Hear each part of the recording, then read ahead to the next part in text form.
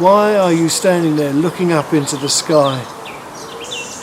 These are words I think often ought to be said to us, especially when we read Luke's account of the Ascension of Jesus. We read it in a spatial way. Jesus went up into heaven. We find that idea permeates a lot of our language of worship. If we were having communion, as we normally would at this Ascension Day service, we would begin the great Thanksgiving prayer with the words, "The Lord is here." And then we go on to say, "Lift up your hearts," and we'd respond, "We lift them up to the Lord." Perhaps they're so familiar we don't realise how strange a language that is. The Lord is here, present with us, but then somehow he's up. And we have to lift up our hearts to be with him. It's a very ancient Jewish way of thinking. Heaven up there, us here on the earth, hell down there somewhere. Even though we know now that we've been up above the clouds and into space that heaven isn't a place up there, we find ourselves thinking that way. Why are you standing looking into the sky? The angel said. And he'd say it today. Because the way to think about it isn't spatially, it's dimensionally. As if heaven and earth intersect on two dimensions. Perhaps it's a bit like the flag that flies over our nation. You can talk about the colours of it, the design, the material it's made of, the way it's blowing in the wind. All of that about the hard physical reality of the flag. But there's another reality to it. The things the flag means. The 3 countries and a province living in union together as one nation. To some of us, it evokes those green racing cars of the 1920s and 30s, and the blue speedboats in the 50s and 60s whizzing across the land and the water. For others, it tells the national story of Spitfires and Dunkirk and the VE Day that we celebrated just a week ago.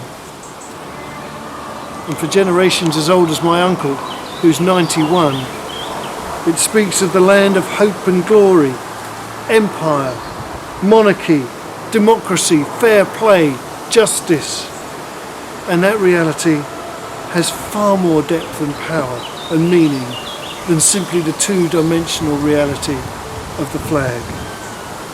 So much more is bound up with it. The point is that Jesus went up.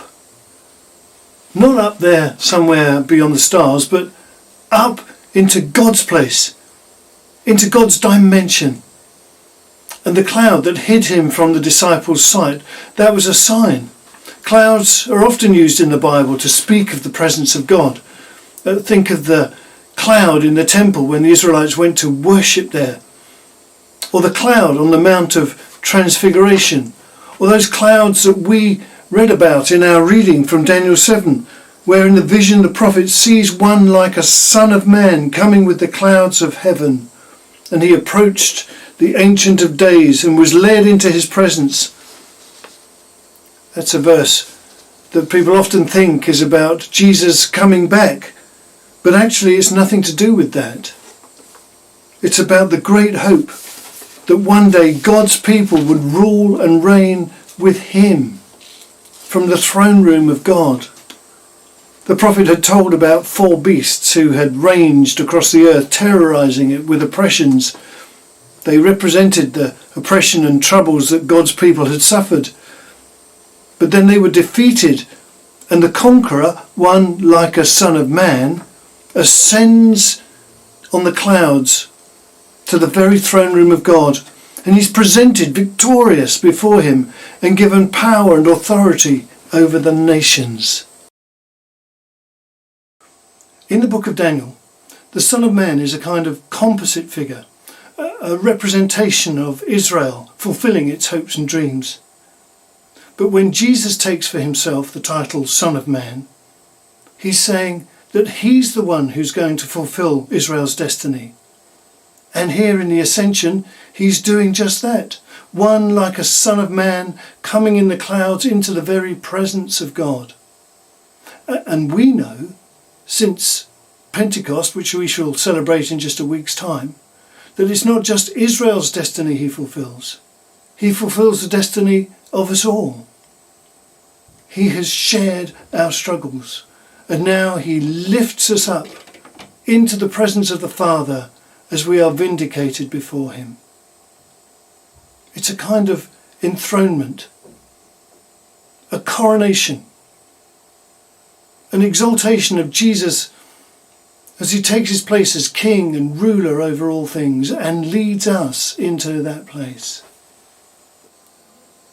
It's not an optional extra to the gospel, not an add-on to explain away what happened to Jesus after the resurrection. It's a necessary and essential part of the gospel.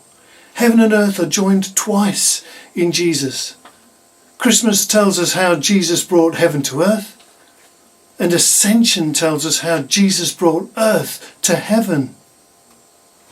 St. Paul was talking about these two things when he wrote to the Philippians in that passage that we had as our creed, that Christ Jesus took on human likeness and as a man gave himself to death on the cross. But then instead of speaking of resurrection, Paul goes on to talk of the exaltation of Jesus at the right hand of the Father, where every knee shall bow and every tongue confess that he is Lord. The Ascension is the essential completion of Jesus' work that leads us into the very throne room of the Father. But he doesn't lead us to a different place. He leads us into a different dimension. And that's why there's a strangeness about Jesus' appearances after the resurrection. He eats fish, but he can appear and disappear at will. He can walk unrecognised all the way to Emmaus, but apparently can lift off into the sky. It's because Jesus, and only Jesus, is completely at home in the dimension of this earth and in the dimension of God's heaven as well. But if Jesus, exalted and enthroned on high as he is in heaven, is to bring us into this new dimension, well, how do we begin to experience it for ourselves? And the answer is, if you want to ascend to the heights, then bow down. Bow down in worship of the one who is exalted to the highest heights, the one who's at the right hand of the Father. Bow down in humble worship and he will lift you up. And when we grasp that truth, well, then it becomes obvious what comes next in the reading. We'll hear it at the end of the service as a dismissal. We go back with the disciples to the room and they spend their time in worship and prayer. In the dimension of the earth, by prayer, we enter the dimension of heaven. So read on in Acts and see the constant references to prayer that empowers, that enables those ordinary men and women to accomplish extraordinary things. From the Ascension onwards, the life of every follower of Jesus is lived in the overlap between heaven and earth. People bowing down in worship and lifted up to rule and reign with the King. People living here on earth, but by prayer and worship, energized by the life of heaven. So come, let us not stand looking up into the sky. Let us bow the knee and confess that Jesus Christ is Lord.